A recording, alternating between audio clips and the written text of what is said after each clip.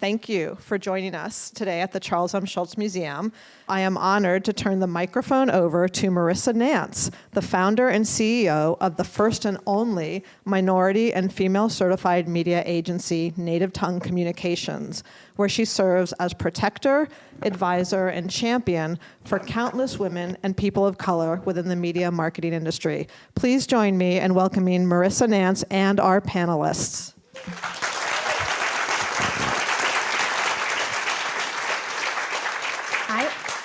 To just come here more often. I love the sound of that. That person sounded very important. I don't know who that is, but I would like to meet her. She sounded pretty amazing. Well, first of all, thank you all for coming. I want to ground something. I am all those things, but more than anything, I am honored every day to be a protector, champion, ambassador, and ally for Franklin. My agency represents Franklin, and we do the good work that is in his spirit and in his heart every single day. So I am honored to be here on his behalf and sitting on a stage with these great folks and all of you. So thank you for that. And kind of to that point, there was a great quote not too long ago, and it was, "I'm not a role model." And it was a really famous premier athlete who said it, and we're not going to say his name, but I think a lot of us know who that is. And side note, Grandma's going to use notes here. So just, you're going to bear, Grandma's going to use some notes here, right? I'm not using my readers, but I am using the notes. And it's interesting because as I talk about the honor that I feel to work with Franklin, I am not a role model is not the path that Peanuts takes. Specifically when it comes to Franklin and the way Charles Schulz integrated him into the comic strip July 31st, 1968, making him the cartoon's first Black character. When we think about that, and we think about Snoopy Presents Welcome Home Franklin, and how it explores his origin story, and making sure that there's a seat at the table for our friend now, it really, to me, goes all the way back and connects back to that origin story and that thought in Charles Schulz's head, which is, I do want to be a role model. And that's really what we're going to talk about today. And I wanted to get us all grounded. So I'm sitting here with some really cool people, much cooler than myself. And instead of really trying to introduce them, I'm going to let them take 2 minutes. Wait, what did they give me? They gave me one of these. Look how cute this is. Look how cute this is. Look how cute this is. Okay, so they gave me this. They don't know what power I yield now. But we're going to take 2 quick minutes and ask each of them to just tell us a little bit about themselves, make their own introduction. But I'd really love to share is what gives them purpose. I'd love for us all to know what really gets them out of bed in the morning. Something quick, 2 minutes. Melissa, let's start with you. Hi, everyone. I'm Marissa Menta. I am the global head of marketing for Peanuts Worldwide, which is the company that owns Peanuts. I've been doing it for 23 and a half years. I used to say I could have a legally aged drinking child for how long I've worked on Peanuts, but now I'm getting close to having a child who can rent a car without paying the extra fee. What drives me to work on Peanuts and have for so long is how much I admire Charles Schulz for creating such an amazing body of work that speaks to human emotion. And there's so many different things you get to do. You get to go to NASA and take the elevator up the side of Artemis 1 and drop Snoopy, the zero gravity indicator, off. And you get to work on specials like Welcome Home Franklin with this amazing panel. That's awesome. How about you? So my name is Raymond Persi, and I was the director of Welcome Home Franklin. And I started my career on The Simpsons, and I've been a director and an artist on shows like that, and on some Disney movies like Wreck-It Ralph and Frozen over the years, and some stuff with the Minions.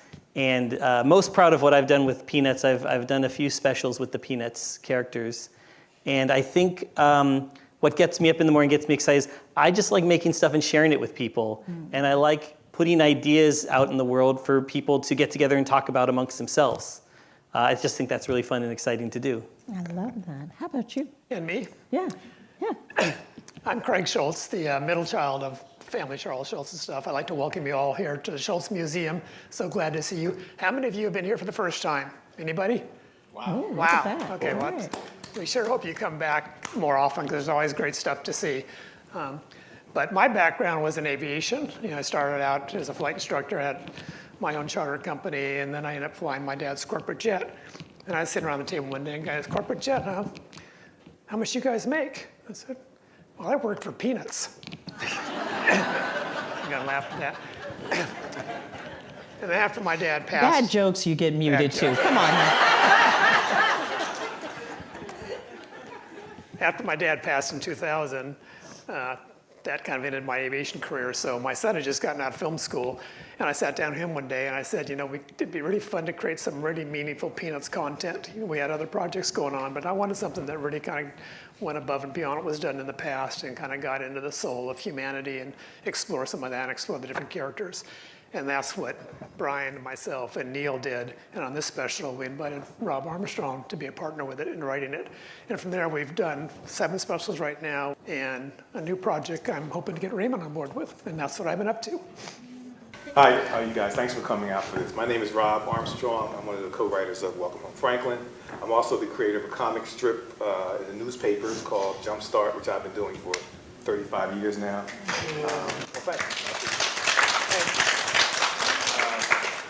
What gives me purpose is paving the way for other people, especially kids. I'm involved with 2 exciting careers, being a cartoonist and a writer. And sometimes kids don't know how to get into it, what to do now before they've gotten into that.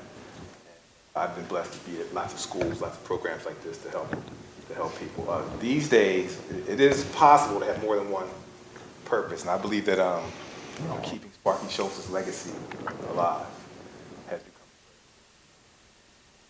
Loved him. He was a friend of mine, and times when I've watched this, it sounds so much like him.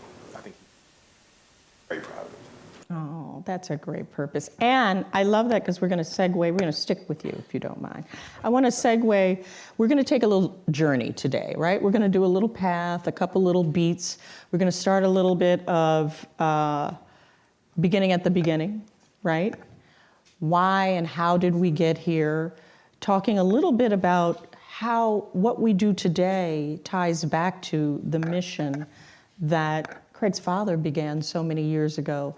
Of course, get some behind-the-scenes secrets from the film, and then also talk a little bit about how the mission of Franklin is getting amplified. So that's kind of the journey we're on, and I want to start with you, Robb, because I do think it's important to shape perspectives at a beginning. And when we think about Franklin, his story, his ideals, his voice, as you just talked about, it's important for all of us in this room to really understand the story of Franklin's inception and bridge how that in 1968 is still so powerful today. And I've heard you tell that story, and it's moving when you do it. So do you mind giving us, a version of it today with the time we have? Sure. So Franklin was created when I was a 6-year-old, 1968. And I was already a big Peanuts fan. My family, so the same month that Franklin was put into the comic strip was July, the end of July, at the beginning of July. As a 6-year-old, my oldest brother, who was 13, was killed in a freak accident. He was caught between the doors. I'm from Philadelphia, a big city, so we were right near the subway. And my brother was caught between the doors of a moving subway train at 13. We lost him on the 1st. The family went into a deep period of mourning, and I still miss him. He was something else. He was an outsized little boy, and he had this big personality, this big character, and I didn't. I was a shy kid, and I thought that losing him, all hope was lost for me. It was strange. And the end of that same month, hope was restored because I saw this little black character in my favorite comic strip. I loved Peanuts before Franklin was in it. I learned how to draw Snoopy when I was 3. So I was like, whoa. And Charlie Brown, I could draw, because if you can draw a circle, you can draw Charlie Brown. So I'm like, I could do all of these characters. They all kind of look like Charlie Brown, Don't let all the secrets out, Rob. Don't let all the secrets out. So Let's talk about Franklin. So 20 years went by, and I became a syndicated cartoonist myself. I'm cutting out a lot of stuff because getting a syndication deal is extremely difficult. And at the time, I was one of only 4 African Americans in the country with the syndication deal, and I was the youngest of all of them. So my life was beginning to change, and when I signed my contract, I was with United Feature Syndicate back then, and so was your dad, so was Sparky Schulz. And I'm sitting in front of my editor, realizing that's also Sparky's editor. He's my hero. Ink is still wet on my deal, and I said to Sarah Gillespie, do you think you could introduce me to Charles Schulz? She said, what'd you say? I said, I'd love to meet Charles Schulz. She said, sure, I bet you would. No, I'm not doing that. I said, why not? She said, well, I'm not here for that. Okay, so just sign this thing. It's going to be great. And I was so crestfallen that she stopped and said, oh, man, tell you what, why don't you send him one of your comic strips? He likes that. I happen to know that he likes when cartoonists send their work. I said, really? She said, sure. And she slides across the desk this place. This wasn't built yet. This place. One Snoopy Place, Santa Rosa, California. I'm looking at this guy's address. First of all, it's one Snoopy Place. I'm thinking, he's bigger than I thought. But he gets the whole street. He gets the whole road. Right. And I think it's important because you're talking about your origin story and how Sarah helped you and meet Sparky. Right. But I also want everyone, just for a few minutes, to get a sense of Franklin's origin and the teacher that wrote in. And I've heard you talk about that really passionately. And I love just 2 seconds of that before we transition. Okay. I want to hear you tell that story. So Franklin did not come into the strip easily because someone had to do some prodding to get Sparky to consider it. Her name was Harriet Glickman. I met Harriet here at this museum, on this stage, actually. And she was very persistent, and she knew that Charles Schulz had the power to change a very troubled nation. Dr. King was assassinated that year, and she thought, wow, this whole country's in upheaval. I bet this man could use his platform to make things better. And she asked him to, and he said, I'm not doing that. Which is fair, I think. I'm a cartoonist. It'd be very difficult for a letter to get me to do anything. Doesn't matter how important it might seem. So he resisted. She persisted. And she knew some very important, prominent black people who were in politics, and some of them wrote letters. And it started to resonate with Sparky Schulz. And he decided to do it. He's reluctant to do it, just to be clear, not because he had something against her cause or even the greater cause of humankind. He felt that what he was faced with was potentially patronizing black people because he didn't have the black experience. So he felt people might take this the wrong way. But he took a chance and he put Franklin in. And when the syndicate got his batch of strips, that had that meeting of Franklin and the beach ball and all that, and Charlie Brown and all that, they reached out to him and said, Sparky, his editor, we're not going to run the batch you just sent in. He said, really, why is that? Now, just to be clear, this does not happen. I've been doing this same job for 35 years. They never say we're not running a batch. And at the time, Peanuts was huge. Already Peanuts. He was maybe at the zenith of his career at the time. And he said, why not? And his editor said, there are certain parts of the country where they're not going to receive this black character very well. And Sparky said, well, either you run them as I submitted them, or I quit. And the editor said, we'll be running them like you submitted them. It probably sounded like, you know. But that fortitude and that focus and that going from a point where he said, I am not a person of color. I don't have that lived experience. I'm not comfortable trying to tell this character's story to, you run it or I quit. Can you imagine that arc, that mission, that mortality arc, that ethical arc? And I like to think, Craig, that red thread runs through to this very day. And I just want everyone in this room to think about that, right? As the shepherd, you are the shepherd, the ally, the ambassador, the keeper of that mindset. Let's remind everyone, you run it or I quit. What kind of incredible person and man does that? And, right. And you and your family and you are the shepherds of that to this day. And back then, it was a strip. It was a strip. You now do that throughout all that we see and more. Ooh, I'm magical. Did you see that? Did you see that? Wow. But I can't imagine having that responsibility.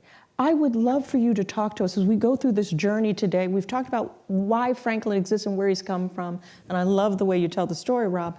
But can you now talk about that transition of your father embedded in and infused in not just Franklin, but in every character and everything we see and touch? Well, yeah, I'd like to piggyback on what Robb was saying. Please. Because it's 1968, Franklin comes in the comic strip. 68, as we all know, was a turbulent year. We had assassinations, Martin Luther King, the Vietnam War was happening. And I remember I had just come back from private school in LA. I was a freshman. And my dad takes me and says, Craig, why don't you come upstairs? Takes me upstairs into his bedroom, opens doors to his closet, pulls out a drawer, reaches way, way back in, and pulls out this letter. It was a letter someone had wrote. It was just a tirade of angry, vicious language about him putting Franklin in the comic strip. And back then, I mean, he had obviously kept this thing for a reason in a drawer for a long time. And now I think back to myself, you think of the anger someone must have in their soul to pick up a pen and write a letter to a guy that draws a funny comic strip every day in a newspaper that's only gets read for like maybe 4 seconds. And that's kind of the sad thing that goes on in the world today. I think there's that much anger about an animation comic strip or whatever. So when we do these shows here, number one, my son and I take great responsibility in handling the Peanuts brand. And we try to live up to his and beyond his legacy.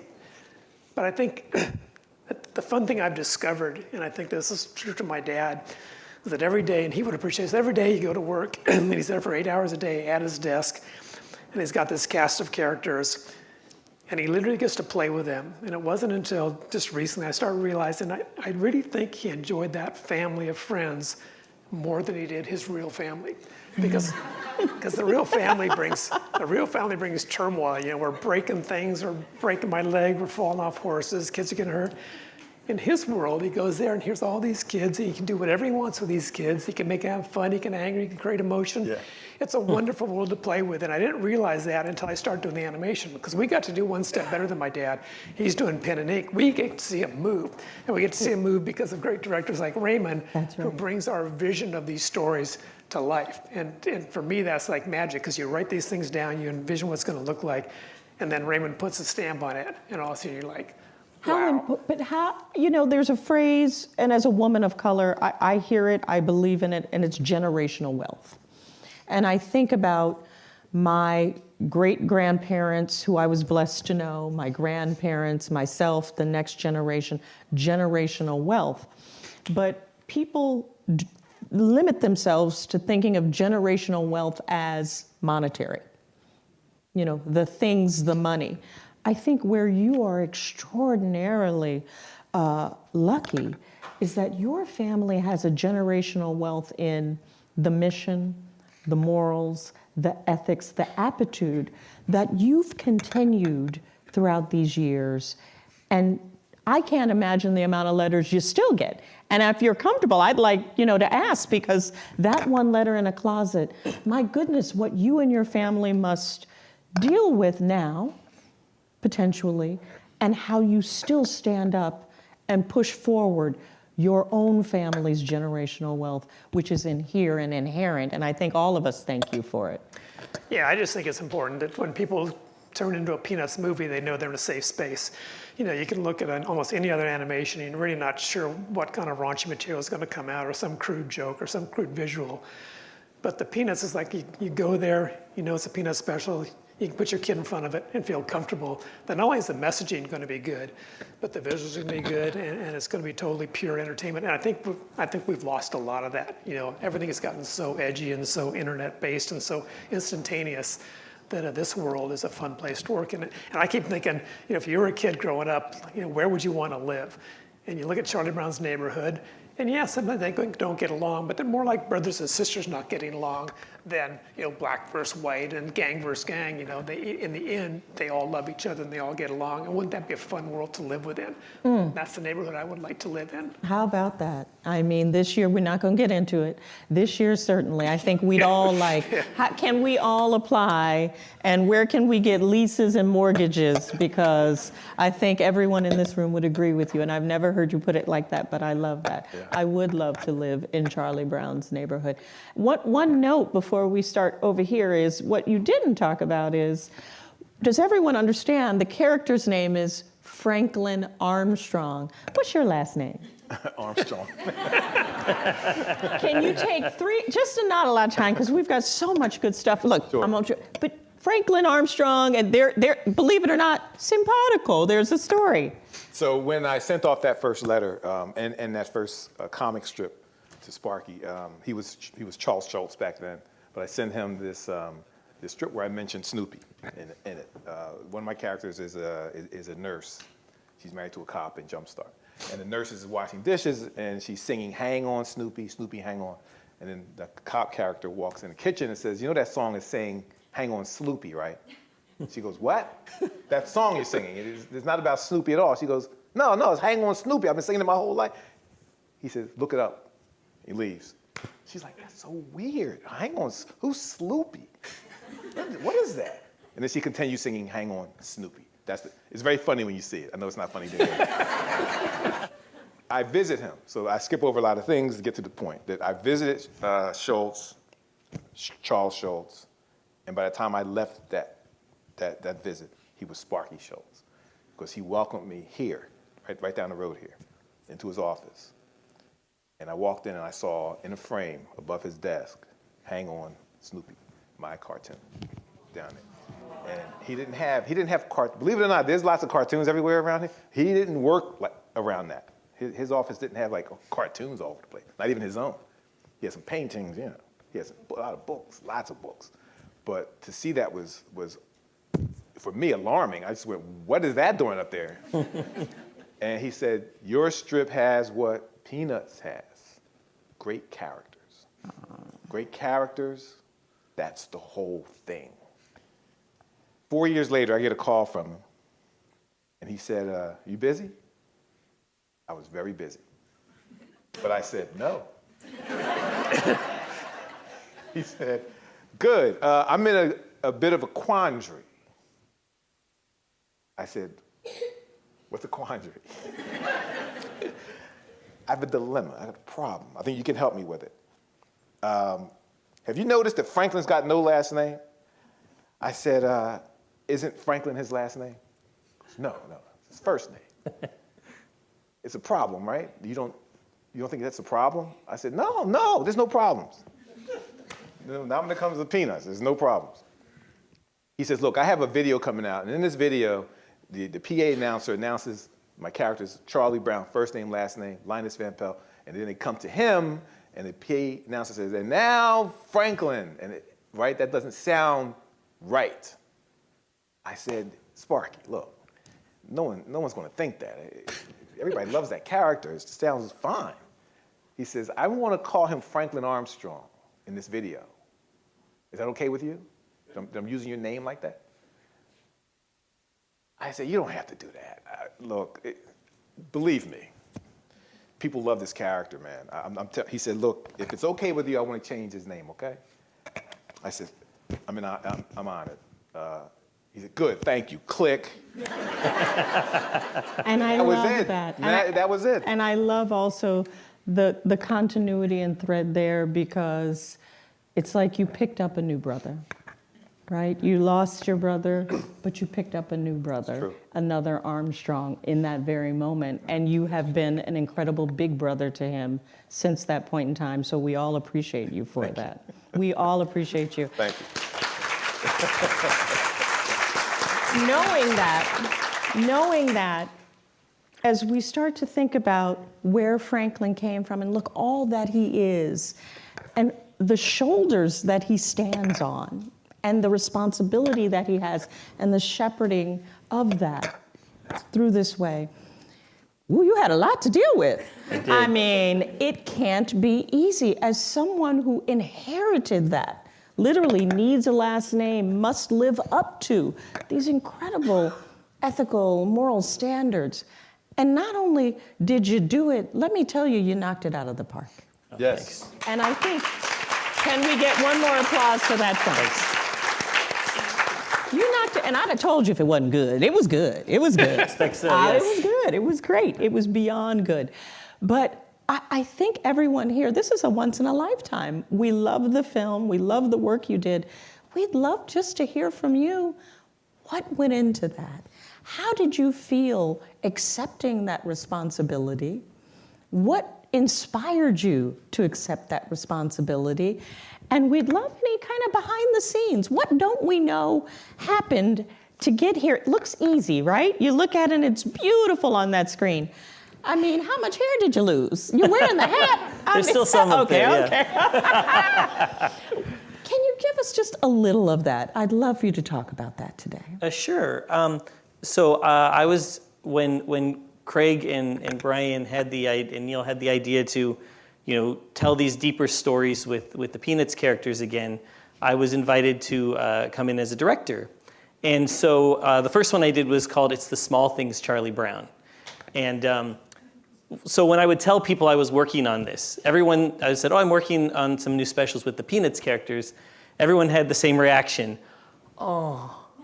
And so I was like, I can't screw this up. I have to do right by all these people that have such warm feelings for these characters and love for these characters. So that's where I started. And then when it came time, when I was asked to work on the Franklin special, at first, that was still my mindset, I wanted to continue to do right by these characters and do right by the humor and tone of what we all expect these characters to be.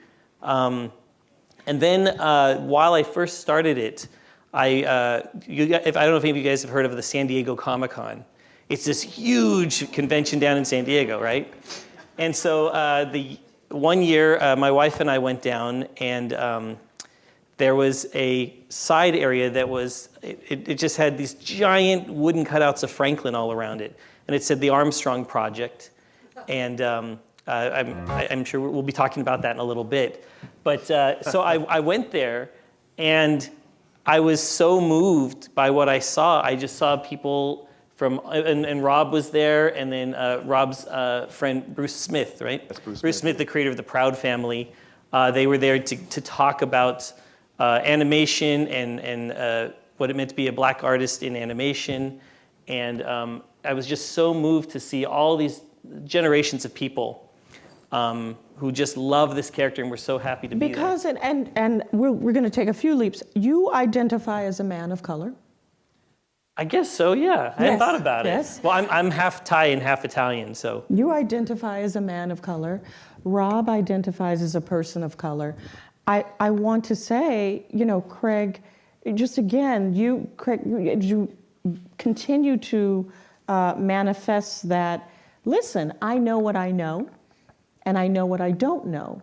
And so surrounding yourself as you create this to make sure that there's authenticity, that rings true, is an amazing achievement, because I'm going to tell you, it doesn't happen every day. Was that intentional? I just want to, as you think about it, was there intent for you there? Well, this was a story that Brian and I and Neil always wanted to tell from the beginning. We didn't, when Apple wanted us to do shows based on specials, Christmas and New Year's and whatever else. And we wanted to delve into characters. So we had done Sally, we had done Pepper and Patty, we had done Marcy. And we knew Franklin was going to be tough to do, so we figured this is going to take us 2 years to do this show because it's that important. We don't want to screw it up. And we looked at each other and said, okay, we got 3 white guys, and 2 of the white guys are only in their early 40s. We need somebody more authentic than that. And we had people come and pitch us ideas for Franklin that I had turned down. I said, no, I don't want to do that kind of a story. And then we thought of my buddy Robb. We said, let's bring Robb on board. We get his insight into it. And I think us blending our knowledge of Peanuts and Robb's intellect and what he can bring to the Franklin character and what he knows of my dad and so forth. It was a nice blending, I think. Yeah. It was family.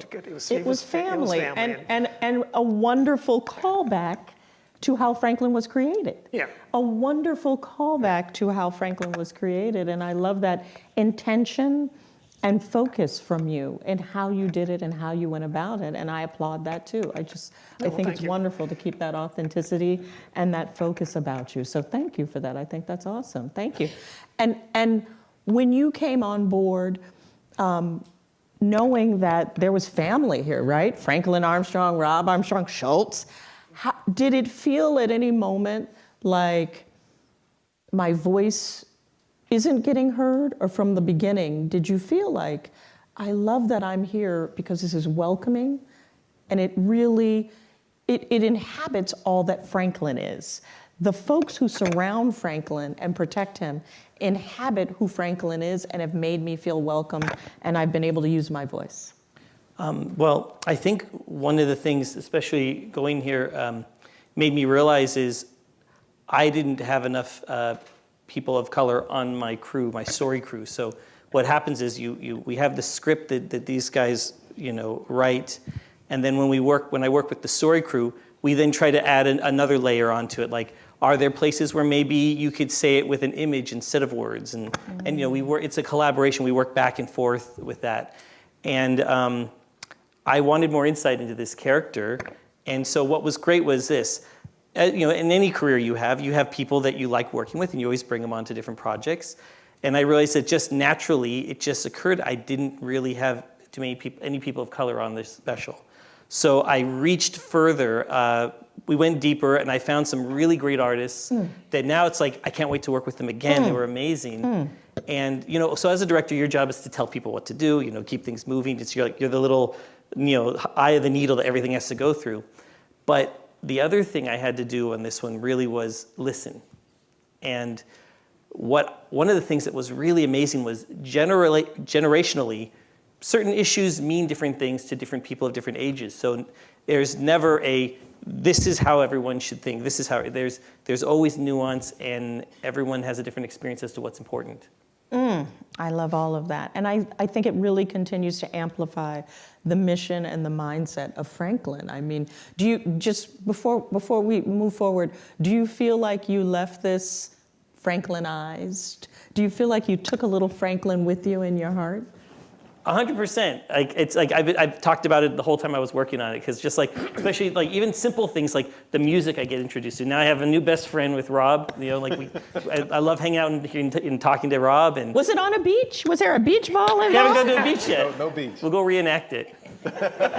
Please, I need to be there. I will take the photos. I need to be there. I will take the photos.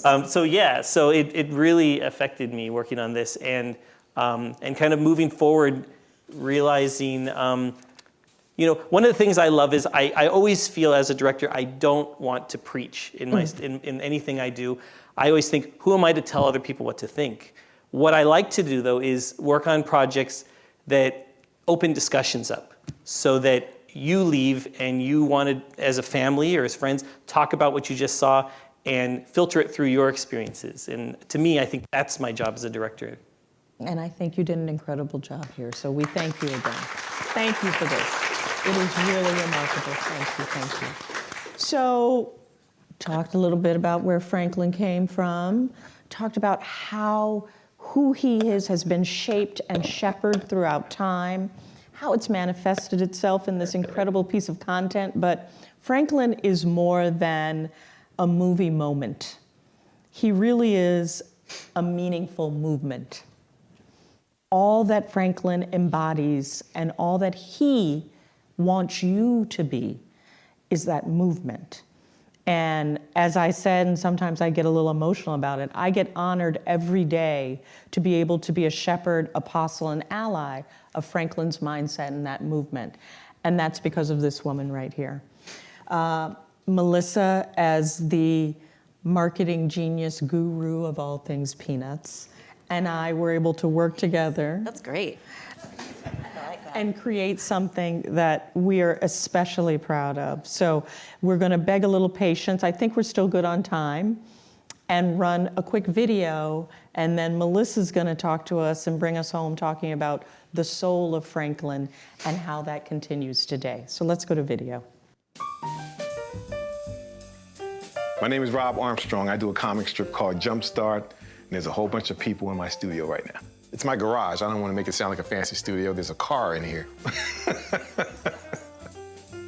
One of the things I'm so excited about right now is my involvement with the Armstrong Project. The Armstrong Project is, at its heart, something that allows dreams to come true. The Armstrong Project is an opportunity for the Peanuts brand to help make a difference and change things in a positive way for young students who want careers in illustration and art, specifically at historically Black colleges. We don't know who the next brilliant artist is going to be. We have to make young people treat their aspirations, their dreams, as real. The power that we all possess to change our own circumstances and to change the world itself cannot be overstated. It's embodied in Harriet Glickman. She was an ordinary woman witnessing this world go through one of the most chaotic periods of its existence, the death of Dr. King, the separation, the rage, and she just felt, I have an idea and I want to share it with the creator of Peanuts. And if he can add a Black character to that platform, I bet he can calm the waters a little bit. He said, you know what? I think it's a noble cause, but I'm just going to come off condescending to Black people if I do that. That's a rational, yeah, it's a good answer. Harriet Glickman said, no, it's not a good answer. And she had a plan B. She kept pressing. He thought better of it and said, you know what? I'll do it. And when he submits his work, it's got a Black character, Franklin, in it, with a beach ball. Hey, Charlie Brown, I think you lost this. Very sweet. It was 1968. And they said, the script you just submitted with the little Black boy, Franklin, I'm not running those. Schulz said, I will quit before I allow you to segregate out a character from Peanuts. If you don't run these comic strips just as I submitted them, I quit doing Peanuts. It was perfect. The timing for this world to see, wow, the Peanuts has integrated its cast. The world desperately needed that. One person can make a difference. It's a very little difference, not earth-shaking, but it's a difference. She was such a force of nature. Her determination clearly affected Charles Schulz. Strangely, I wasn't brought into that fold because of Franklin. I was just brought into the fold because JumpStart appealed to Sparky Schulz. My connection to Sparky was very powerful because he supported what I was doing so early on. I didn't have fans or anything. It was puzzling to me. I'm meeting my hero, and he's like, you know what I love about your comic strip? It's got great characters, and great characters, that's the whole thing. There are times when I'm sitting here without ideas or anything, I can hear him saying that. And he was like, no, your strip is great. And in 1994, he asked Robb if it would be okay to call Franklin Armstrong. And Robb describes it as an incredible honor and an excitement to have a Peanuts character named after him. We have an obligation to be a blueprint for someone else, to be that example and to show someone the way to shine a light on an otherwise dark path. It wouldn't be the same if Robb wasn't interested in helping us with this. He's been mentored in his own career, and now he offers that back to many, many students. This was a clear expansion of my whole purpose on Earth.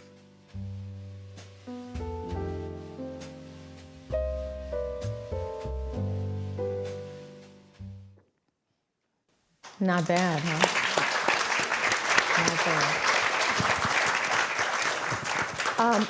Melissa, you have been a driving force behind the Armstrong project for now nearly 3 years. Can you just talk a little bit for these folks about this incredibly important project? It's been, when I said earlier in the panel that what's my driving force, and being able to work on Peanuts and the amazing body of work that Charles Schulz created, the Armstrong project is definitely one of the highlights. I'm working with Marissa for the last several years to create a scholarship program at Howard University and Hampton University. I wonder why we went to Howard. It's been a learning experience not only for the scholars, it's been fun to mentor them, but it's been a learning experience for me and everybody who works on the Armstrong project. And we did debut it at Comic-Con in a pop-up shop across the street from the convention center. And that's the connection, at least my connection to Raymond. But I think it's important. Can you tell the story of what happened at that pop-up, please?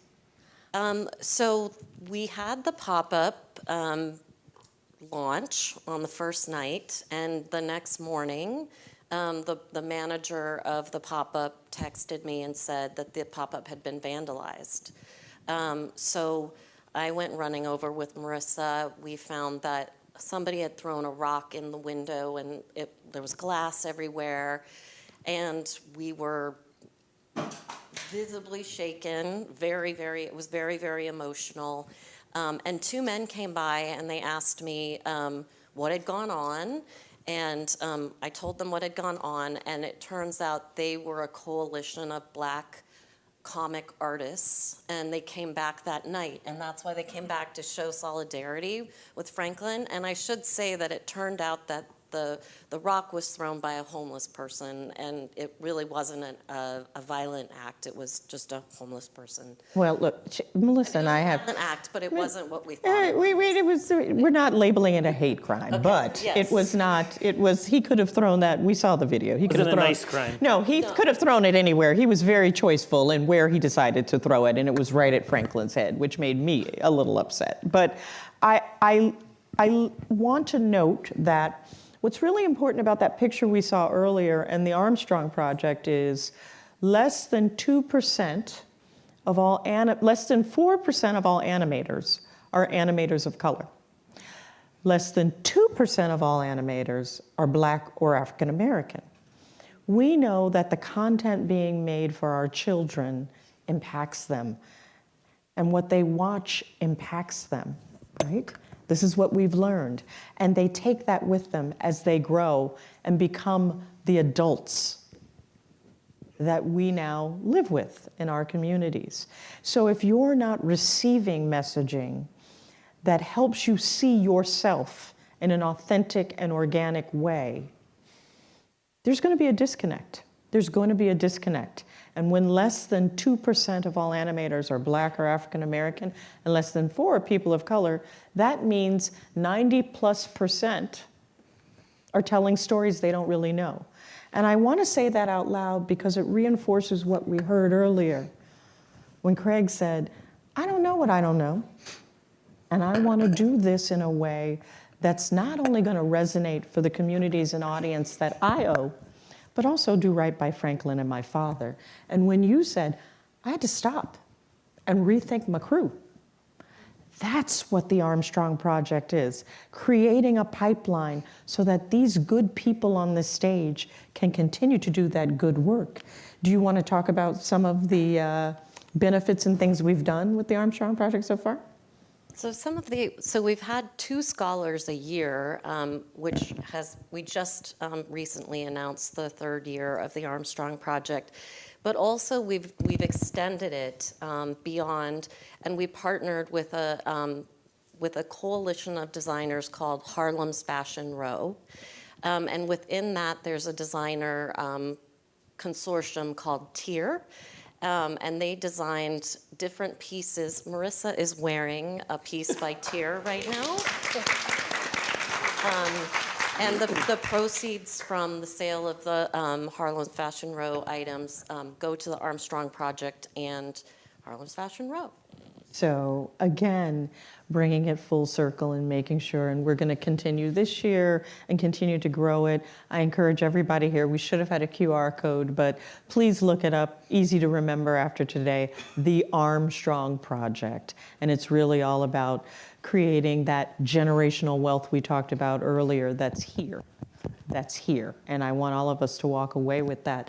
Before we leave, or before we actually transition to some quick questions, I'd love to do a very quick round robin and ask everyone, can you crow a little bit about something you're working on? You all are a magnificent panel, and you're all doing amazing things. You hinted at something. Let's start with you. What's something big and fancy and important you're working on, and I think it has to do with an anniversary? So I have worked on the Peanuts brand for 23 and a half years, as I said. So I worked on the end of the 50th, the 55th, the 60th, the 65th, the 70th, and next year it's the 75th. So that is going to be a lot of fun. So starting this fall, you'll see a lot of different activities on the 75th. I love that. How about you, babe? So, I worked on these for 4 years, and before that I worked straight for over a decade or so. So I'm taking a little time off. And it's great. So my wife and I had a chance to travel. And wifey, she's there in the front row. And as I think we can all relate to, just spending time with my little warm puppies. Aww. How about you? Yeah, and I'd say that, we got a lot of projects in the work, and they continue to come around. How about you? Well, I'm in my 35th year, again, of doing JumpStart. It's a daily comic strip. It runs here, I believe. I'm in 700 newspapers. It's the most widely syndicated African-American comic strip in the whole world. So that keeps me extremely busy. Thank you.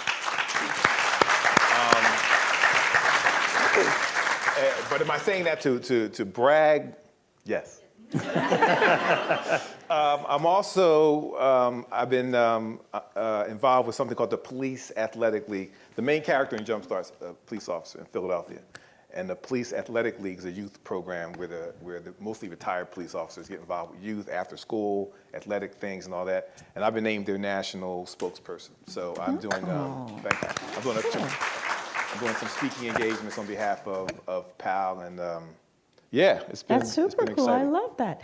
Well, before we leave, I have been told there's a mic. Would anyone like to ask any questions of this incredible panel? Thank you so much. I won't stand to not block folks behind me. So first of all, just thank you all so much for sharing this experience with us. I have my 2 children and my wife here. My wife is a longtime Peanuts fan because she made me come, but I absolutely am thrilled about what's occurring here in the conversation specifically that's being had to the Schulz family, Armstrong, marketing genius directors, communications. Thank you so much. A couple of things. I'm a higher education administrator for California's first virtual community college that's statewide, and we are also very interested in launching an animated program. So I would love to talk with you all about how you're really taking this genius into the higher education system potentially as we look at the next generation of artists. Second, I am a alumni of the PAL program. Of where? Actually, the Policemen's Activity League. And from knee-high to a grasshopper, it changed my life, right? Avoidance from gang violence, avoidance from a lot of things that could have happened and made me a statistic. I would love to talk to you personally about that since you're the national spokesperson. And thirdly, I would like to say thank you all, each of you, in your respective stories and getting to this point. I do think you are saving lives by way of standing up. And I just wanted to say that. Thank you. Thank you. Any other questions? Here we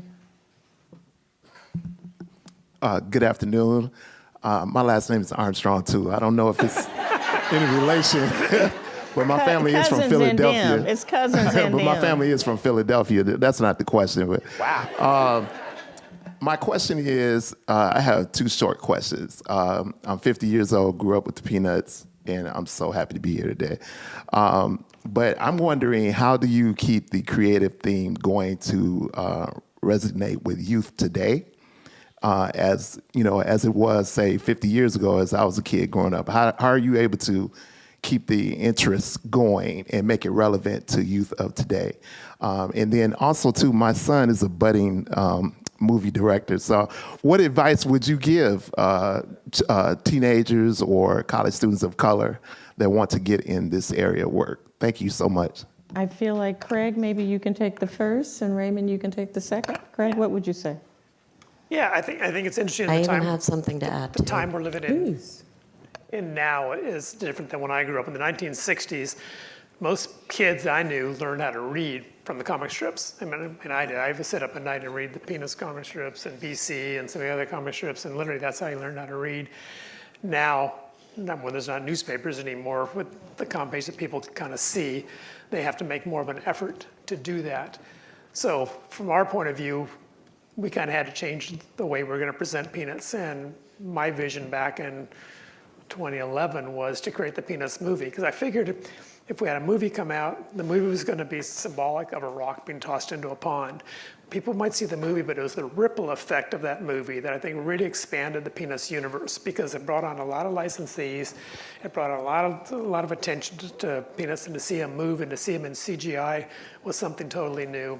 And it actually, I think, has been very, very successful. But again, people keep asking, when's the next one, when's the next one, and the next one's in work. But Can I quickly, before we move quickly from that, we also need you guys to talk a lot about what you just saw today. That's going to help. That's going to help what you're talking about. What about for our aspiring? Wave your hand. Where's our aspiring director? There you go. So I'm probably telling you stuff you already know, but I would say you just keep making things. You make stuff, every time you make stuff with whatever you have at hand. What I love about technology nowadays is everyone can try to make things. You know, it's all in your hands. And work with people, like find friends that you like to do stuff with. Study, you know, and if you start to study film while you're making things, you're going to learn more, because you'll start to understand what the directors were doing, because you're like, oh, that's what I was trying to do. And then as you continue along, try to take classes. And to me, that's the way to go. Like, you're building your base right now. So you're not trying to get rich and famous right away or whatever, like have everyone see your film. You're just growing now. And you just keep doing that, and then you start to see suddenly what you're making is getting seen by more and more people over time. Hit us, Mel. I was only going to add that when people ask me, why do you think Peanuts has lasted 75 years, my response is, and I know Craig has stolen my response because I made this response up, which is all you have to be to like Peanuts is you just have to be a human. You don't have to like superheroes, you don't have to like car chases, you just have to have human emotions. If you don't have human emotions, then you probably won't like Peanuts. Yeah, it's eternal, right? It's like we're all going to go through the things that Charlie Brown and his friends are going through. You know, we went through them as kids, we go through them as adults. The next generation is going to go through the same thing. So it's nice to get to see something where it's a bunch of characters going through what you're going through. It is very much a great equalizer. Life is not equal. We all live different lives based on how we were born, who we are, and the situation we're placed in. But I love this neighborhood. Yeah. And I love this community, and it shows us that life can have a great equalizer of humanity and kindness, and I think that's a big thing to walk away with. It's important to understand you have to write what you know, and I think my dad, if you analyze the comics, you find out that every one of those characters is a piece of my dad. And he always kind of had a quote that Snoopy was who he wanted to be, and unfortunately Charlie Brown was who he was. You know. But I think that's why the strip resonates so much, because whoever reads it, there's always one character you can identify with and you bond with and say, I understand. For me, it was Pigpen. I understand what Pigpen was like because I was dirty my whole life, and I embraced Pigpen in that character. No, Craig is absolutely correct about writing what you know. When I was asked to write for this project, collaborating with other people is very different than doing JumpStart. I do JumpStart completely alone. In their garage. In my garage. And it's hot. It's very hot in there. I got a fly problem right now. Let's talk about it later. My hair has looked like this since I left his garage. That's how hot and steamy it is. When you're writing about your life, however, no matter no matter who you are living a lush existence. Your life, whether you realize it or not, is the greatest story that's ever been told. So when I was asked to write on this, I had to tap into my life for Franklin, not being a cartoonist, not having a love for the Peanuts characters, which I do, but for writing for this project, I realized I was him. I was Franklin. Lots of things that he says and does in this thing happened to me in real life. My real uncle is Eugene Benson, a Negro League baseball player, a star who mentored Jackie Robinson. That's all 100% true. When I was writing with Craig, and I just threw it in there, and like hoping you'd just get in there, Craig said, "Time out. Who are we writing this movie about? Franklin or you?" I said, "Come on, Craig." I don't know, man. Well, as we said, I love the fact that Franklin is like a little brother to you and just deserved in your family, and that you have that. And Craig, we do want to thank you and your family for all that you've done as your shepherd. Raymond, thank your family for sharing you and letting you make this on our behalf. And Melissa, thank you for becoming my family. And I'm so glad that we were able to do things like this and amplify the good of this Franklin. So thank you all for coming, and I hope you have a wonderful day.